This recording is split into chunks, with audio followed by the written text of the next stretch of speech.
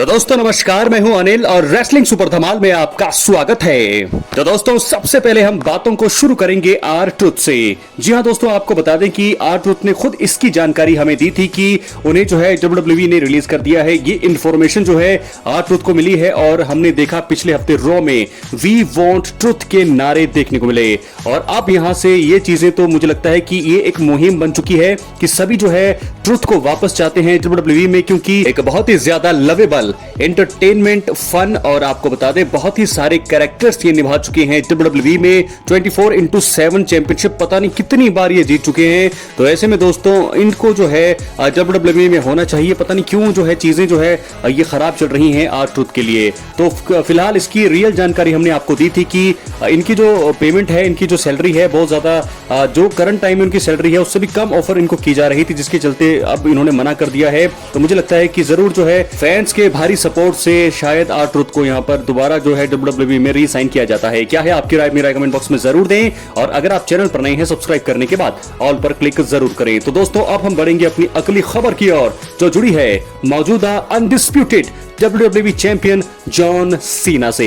तो दोस्तों आप सबको पता है कि जॉन सीना का ये जो साल चल रहा है ये एक फेयरवेल टूर है, रिटायरमेंट का साल, आखिरी साल, और बस अब कुछ चंद महीने बचे हुए हैं इनके अपीयरेंस के। उसके बाद ये हमेशा हमेशा के लिए WWE को कहेंगे अलविदा। The greatest of all time, 17 time world champion, एक हील के तौर पर काम कर रहे हैं WWE में इस समय। और आपको बता दें कि बहुत सारे लोगों के मन में ये भी सवाल होगा कि जब जॉन सीना अपने आखिरी पल में होंगे, जब वो आखिरी अपीयरेंस दे रहे होंगे, तो क्या उस समय उनका हृदय परिवर्तन होगा?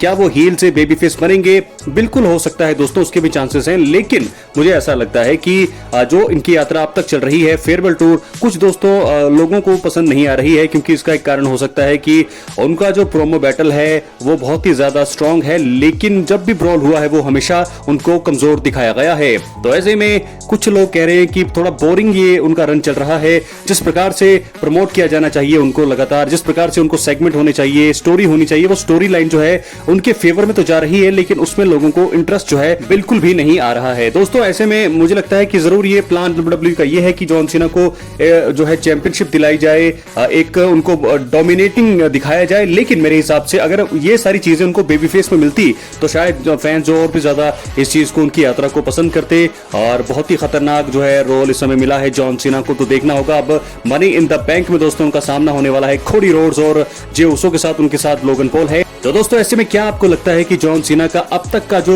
सफर रहा है WWE में, हील रन को अगर छोड़ दिया जाए तो कैसा आपको लगा है उनका WWE का करियर? बहुत सारी फिल्में भी उन्होंने की है, वहां भी वो काम कर रहे हैं, लेकिन इस साल के आखिर में जब वो WWE को कहेंगे अलविदा तो उसके बाद जो है वो हॉलीवुड में जाएंगे। लेकिन फिलहाल बातें अब ये हो रही हैं कि अब जो 5 से 6 महीने बचे हैं, तकरीबन 20 से 25 बार के आसपास उनकी अपीयरेंस होने वाली है WWE में। तो क्या बड़े बड़े सुपरस्टार्स के साथ उनकी स्टोरी होगी? क्या अभी भी कुछ रोमांच बचा है उनके सफर में? क्योंकि अब तक दोस्तों वो चीजें एक तरफा ही चली हैं। जॉन सीना को एक तरफा ही यहां पर जीत मिली है, प्रोमो में उनको जरूर जीत मिली है, लेकिन उनको कमजोर दिखाया गया है जब ब्रॉल हुआ है कोडी रोड्स के साथ, किसी के भी साथ।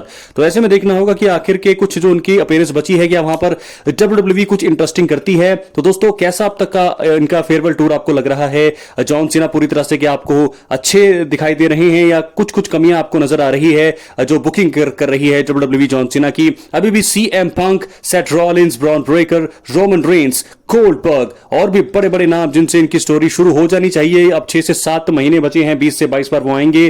कितने कर वो मैच लड़ सकते हैं? किन किन सुपरस्टार्स के साथ उनका सामना भी होना बाकी है? बहुत सारी चीजें हैं। क्या लगता है आपको कि कैसा आखिर के 5 से 6 महीने जाएंगे उनके? आप हमें बताइए कमेंट बॉक्स में कि किस प्रकार उनका करियर एंड होगा, कैसा जा रहा है और कैसा अब जाने वाला है। तो हम दोस्तों इसी के साथ बढ़ेंगे अपनी अगली और फाइनल स्टोरी की तरफ, जो जुड़ी है मनी इन द बैंक 2025 के मेन इवेंट से।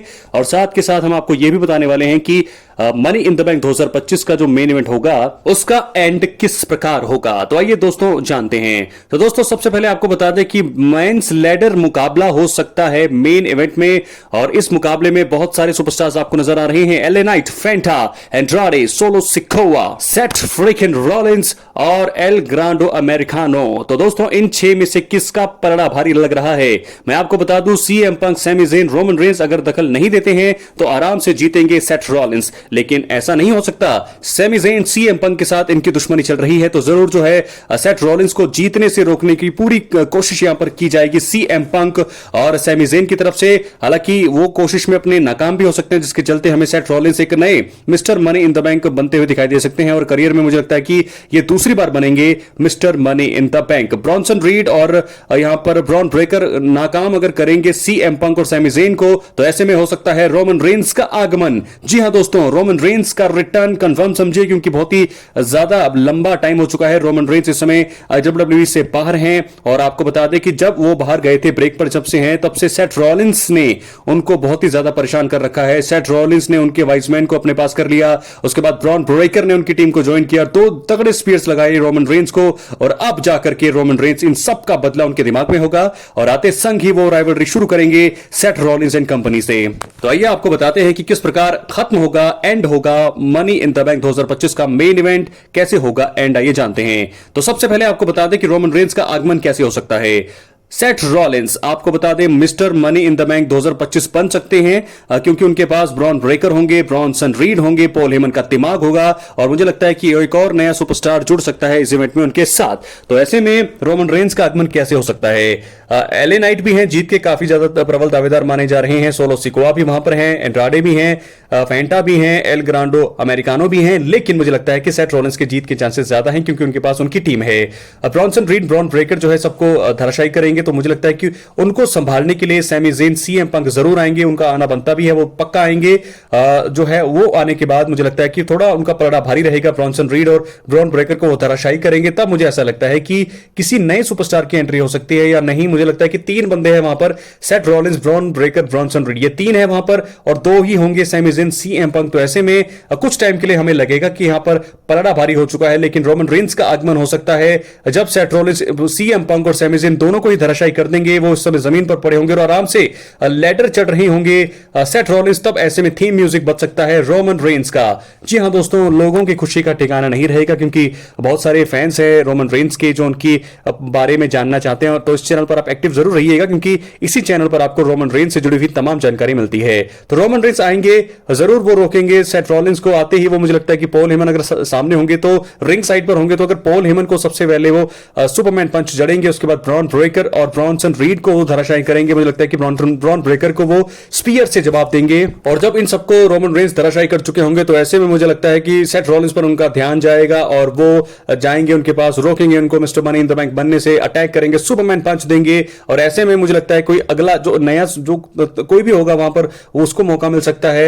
और एलए नाइट मुझे लगता है कि वो चीज कर सकते हैं। एंड्राडे, एलए नाइट के चांसेस मुझे थोड़ा दोस्तों ज्यादा लग रहे हैं। एलए नाइट जाकर के रोमन रेंस की मदद से mister money in the bank बन सकते हैं, और ऐसे में एंड होगा रोमन रेंस का आगमन, रोमन रेंस का रिटर्न्स होगा डब्ल्यूडब्ल्यूई में। Paul Heyman, Seth Rollins, Bron breaker, Bronson read सारे एंट्रेंस रैंप पर बहुत हैरानी से देख रहे होंगे रोमन रेंस को। रोमन रेंस के साथ होंगे रिंग साइड पर, एक तो एलए नाइट अपनी जीत का जश्न मना रहे होंगे, लेकिन रोमन रेंस के साथ होंगे सीएम पंक और सैमी ज़ेन। तो मुझे लगता है कि इनका मेन इवेंट शायद इनका ट्रिपल थ्रेट मुकाबला, ट्रिपल थ्रेट मतलब यानी कि ट्रिपल टीम होगी, एक टैग टीम मुकाबले के लिए रोमन रेंस वापस आएंगे।